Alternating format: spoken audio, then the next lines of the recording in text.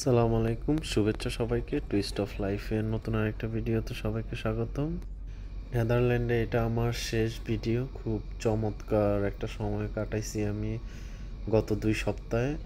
এখন আমি এগমন্ট থেকে সিপোল এয়ারপোর্ট আমস্টারডামে চলে যাচ্ছি। দুপুর 2টা বাজে আমার ফ্লাইট। তো এখন একটা গাড়িতে করে যাচ্ছি। তো যেতে যেতে আপনাদের সাথে শেয়ার করব হাইওয়ে রোডের আশেপাশের দৃশ্যগুলো। আপনারা ভাবতে পারেন যে এত স্পিড কেন ভিডিওর, এটা কিছু করার নেই, কারণ এটা আমি কিছু করি নাই ম্যানুয়ালি। আমরা নেদারল্যান্ডে হাইওয়েতে 120-30 কিলোমিটার পার আওয়ার এত গতিতে গাড়ি চালাইতে হয়। স্লোলি গাড়ি চালানো এখানে নিষেধ, সেজন্যই। এগমন্ট থেকে সিপল এয়ারপোর্টে যেতে প্রায় 45 কিলোমিটার, সেখানে 45 মিনিট থেকে 1 ঘন্টার মতো সময় নেয়। এটা গ্রাম সাইডের রাস্তা, একটু পর মানে মেইন হাইওয়ে যেটাকে 4 লেন 8 লেনের, সেটাতে উঠবো। রাস্তার পাশের দৃশ্যগুলো দেখতে পাচ্ছেন, সাইকেলের জন্য আলাদা লেন। আর কি সুন্দর অপূর্ব দৃশ্য। ডেফিনেটলি সামার বা স্প্রিংয়ে এই পরিবেশটা আরও সুন্দর লাগবে, যখন এই মরা গাছগুলোতে পাতা জন্মাবে। আর এদের যে বাড়ি ঘরগুলো দেখতে পাচ্ছেন যে রাস্তার সাথে। ডাচ গ্রামের সৌন্দর্য উপভোগ করার পাশাপাশি আপনি এখানে সবুজ ক্ষেত, আর্টিফিশিয়াল লেক বা জলাশয়, উইন্ডমিল এবং রাস্তার পাশে যে ছবির মতো সুন্দর বাড়িগুলো দেখতে পাচ্ছেন। এই অপরূপ কম্বিনেশন আপনার হাইওয়ে ভ্রমণকে আরও অনেক উপভোগ্য করে তুলবে। রাস্তার পাশের যে ছবির মতো সুন্দর ঘরবাড়ি বা এত দামি দামি টেসলা গাড়ি দেখতেছেন, এগুলো এত তো সহজ না। যা তার মানে এই দেশের মানুষের অনেক টাকা পয়সা আছে ডেফিনেটলি। মাথা পিছু আয় প্রায় $57,000, মানে যেখানে আমাদের বাংলাদেশের মাথা পিছু আয় $2,500। কোথায় $57,000 প্রতি বছর আর কোথায় 2,500? তো স্বাভাবিকভাবে এটা হওয়া তো স্বাভাবিক। এখানে ওরা বিশ্বের 18তম অর্থনৈতিক সমৃদ্ধির দেশটা অনেক ছোট, বাট অর্থনৈতিক দিক থেকে অনেক স্ট্রং। যেহেতু এটা আমার লাস্ট ভিডিও নেদারল্যান্ড নিয়ে, সো আমি এখানে কিছু তথ্য শেয়ার করব, তথ্য উপাত্ত। এই দেশটিকে অনেক সময় হল্যান্ড নামও ডাকা হয়, যদিও হল্যান্ড মূলত নেদারল্যান্ডসের একটি ঐতিহাসিক অঙ্গরাজ্যের নাম। নেদারল্যান্ডের রাজধানীর নাম আমস্টারডাম। এর আগে একটা ভিডিওতে আমস্টারডাম নিয়ে আমি কথা বলছিলাম। ইন্টারন্যাশনাল কোর্ট অফ জাস্টিস হেগে অবস্থিত আন্তর্জাতিক অপরাধ সংস্থা। এই যে আর্টিফিশিয়াল লেক বা জলাশয়ের কথা বলতেছিলাম, এই যে দেখা যাচ্ছে রাস্তার পাশে, খুবই চমৎকার। আপনার যদি নিজের একটা বোট থাকে বা একটা কানু, কাঠের তৈরি একটা নৌকা, আপনি এই জলাশয়গুলো দিয়ে এক জায়গা থেকে আরেক জায়গায় যেতে পারবেন, বা একটা ভালো সুন্দর টাইম উপভোগ করতে পারবেন নিজেকে রিফ্রেশ করার জন্য। নেদারল্যান্ড আয়তনে অনেক ছোট একটা দেশ, মাত্র 42,679 কিলোমিটার, যেখানে আমাদের বাংলাদেশ 1,47,570 বর্গ কিলোমিটার। আর নেদারল্যান্ডের জনসংখ্যা 1,70,00,000 মতো, যেখানে আমাদের বাংলাদেশের জনসংখ্যা প্রায় 20 কোটির মতো। নেদারল্যান্ডস বাংলাদেশের মতো একটা ঘনত্ব বিশিষ্ট দেশ। এখানে প্রতি বর্গ কিলোমিটারে 415 জনের বসবাস। বৃহৎ জনসংখ্যা বিশিষ্ট দেশগুলোর মধ্যে কেবল বাংলাদেশ, দক্ষিণ কোরিয়া ও তাইওয়ানের জনঘনত্ব এর চেয়ে বেশি। জনসংখ্যার ঘনত্ব বেশি হওয়া সত্ত্বেও এই দেশে জন্মহার অনেক, মৃত্যু তার মানে ইনফ্যান্ট মর্টালিটি রেট অনেক কম।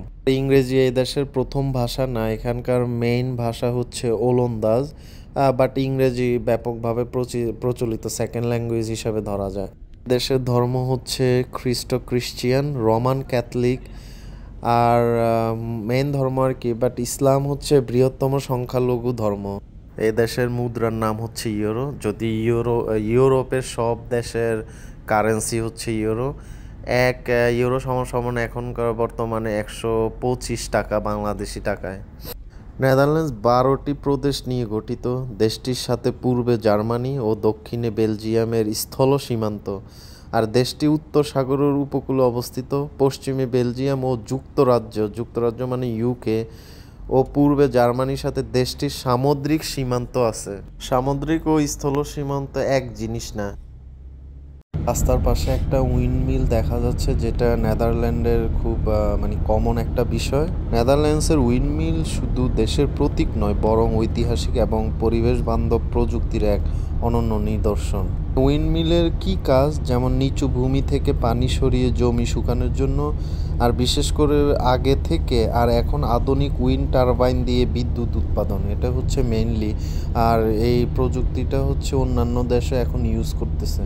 এবারে হাইওয়ে রোড নিয়ে কিছু কথা না বললেই না। নেদারল্যান্ডসের হাইওয়ে ব্যবস্থা ইউরোপের অন্যতম উন্নত এবং সুন্দরভাবে পরিকল্পিত। এগমন্ড থেকে আমস্টারডামের যে সিপোল এয়ারপোর্টে যাচ্ছি, এটা এই হাইওয়ে ভ্রমণ একটি চমৎকার অভিজ্ঞতা আমার জন্য। এখানকার হাইওয়েগুলো আন্তর্জাতিক মানের। রাস্তার যে সারফেস অত্যন্ত মসৃণ, সাইনবোর্ড এবং লেন বিভাজন অত্যন্ত পরিষ্কার। স্মার্ট ট্রাফিক ম্যানেজমেন্ট সিস্টেমের কারণে এখানে ট্রাফিক জ্যাম নাই বললেই চলে। হাইওয়েগুলোর আরেকটা স্পেশাল ফিচার হচ্ছে ডেডিকেটেড বাইক লাইন ও আলাদা service road, electronic signboard, traffic update, আবহাওয়া এবং গতিসীমা সম্পর্কে তথ্য দেয়। আর পরিবেশ বান্ধব এখানে শব্দ নিরোধক দেওয়াল ও সৌরবিদ্যুৎ চালিত সিগন্যাল ব্যবস্থা। আমি যে ট্যাক্সিতে করে যাচ্ছি এর গতিসীমা হচ্ছে 100 কিলোমিটার/আওয়ারের উপর। আর এখানে হচ্ছে লেন পরিবর্তন করা নিষেধ। প্রতিটা গাড়ি হচ্ছে একটা নির্দিষ্ট গতিসীমা মেনটেন করে চলে। স্লোলি গাড়ি চালানো এখানে যায় না, আদারওয়াইজ অ্যাক্সিডেন্ট হবে। আর এখানে টোল বা ট্যাক্স, বেশিরভাগ হাইওয়েতে টোল লাগে না, তবে কিছু টানেল ও সেতু টোল আছে, সেখানে দেওয়া লাগে। এখানে ইলেকট্রনিক গাড়ি অনেক প্রচলিত, সো প্রচুর পেট্রোল স্টেশন ও ইলেকট্রনিক গাড়ির চার্জিং স্টেশন আছে। সেই স্টেশনগুলোতে আপনি স্ন্যাক্স ও কফির ব্যবস্থাও আছে। সো সামনে একটা হচ্ছে নদী আছে। এখন হচ্ছে আমরা টানেলের মধ্যে দিয়ে, আমাদের বাংলাদেশে যেরকম কর্ণফুলী টানেল আছে, এরকম একটা টানেলের মধ্যে দিয়ে হচ্ছে এখন আমরা যাব। এই যে সেই টানেলের প্রবেশ মুখ। টানেল হচ্ছে পানির নিচে যে টিউব, ওই টিউবের ভিতর হচ্ছে রাস্তা। এটা 2 লেন, আমাদের কর্ণফুলী টানেলের মতো অনেক সুন্দর। খুবই স্পিডে গাড়ি যাচ্ছে, দেখতে পাচ্ছেন। যদিও এই টানেলটা খুব বেশি বড় না, সর্বোচ্চ 1.5 থেকে 2 কিলোমিটার হবে হয়তো। নেদারল্যান্ডে আরও বেশ কিছু টানেল আছে। এর কারণ আছে, কারণ হচ্ছে নেদারল্যান্ডের কথাটির আক্ষরিক অর্থ হচ্ছে নিম্নভূমি। এই নামকরণটি যথার্থ, কারণ দেশটির মাত্র 50% ভূখণ্ড সমুদ্রতলের 1 মিটারের বেশি উচ্চতায় অবস্থিত। তার মানে বেশিরভাগ ভূখণ্ড সমুদ্রতলের নিচে অবস্থিত, যা নেদারল্যান্ড আরেকটা কারণে খুব বিখ্যাত। এখানে হচ্ছে কৃষির জন্য নাম করা, বিশ্বের 2য় বৃহত্তম কৃষি ও খাদ্যপণ্য রপ্তানিকারক রাষ্ট্র। যুক্তরাষ্ট্রের পরই হচ্ছে নেদারল্যান্ড। আর বিশ্বের 1 নাম্বার কৃষি ইউনিভার্সিটি হচ্ছে নেদারল্যান্ডে অবস্থিত। আর বিশ্ব সুখী প্রতিবেদনে হচ্ছে বিশ্বের 6ষ্ঠ সর্বোচ্চ সুখী দেশের মর্যাদা দেওয়া হয়, যা দেশটির জীবনযাত্রার উন্নত মানের প্রতিফলন।